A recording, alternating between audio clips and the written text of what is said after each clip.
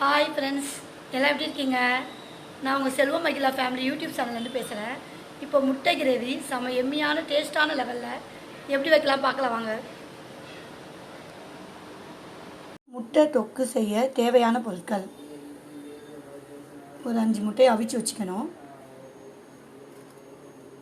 4 வெங்காயம், 6 தக்காளி, 2 பச்சை மிளகாய், 3 டீஸ்பூன் மிளகாத்தூள், தேவையான அளவு எண்ணெய்,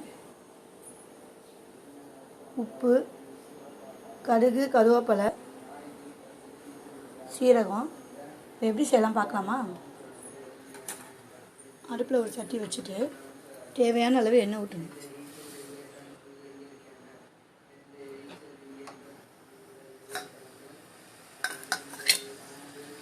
எண்ணெய் காஞ்சதுக்கப்புறம் கடுகு, கருவேப்பிலை, சீரகம்.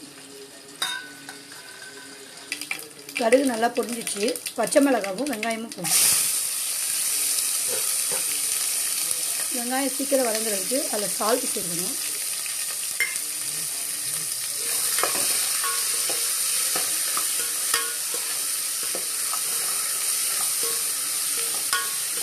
வெங்காயம் வந்து நல்லா ட்ரையாக வதங்கணும். வெங்காயம் இந்த அளவு வதங்கினதுக்கப்புறம் தக்காளி சேர்த்துக்கணும்.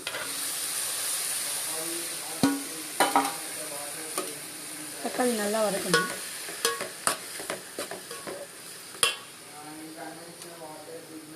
அதில் இஞ்சி பூண்டு பேஸ்ட்,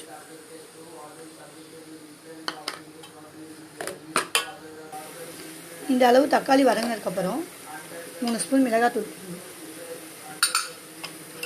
நல்லா ட்ரையாக சிம்மில் வச்சு வதக்கிடணும். கொஞ்சம் இதில் தண்ணி சேர்க்கணும். நல்லா இந்த தக்காளி வந்து நல்லா வதங்கணும். இந்த பச்சை வடை மிளகாத்தூள் போடணும். இந்த சிம்மில் வச்சு தட்டை போட்டு மூடிடணும்.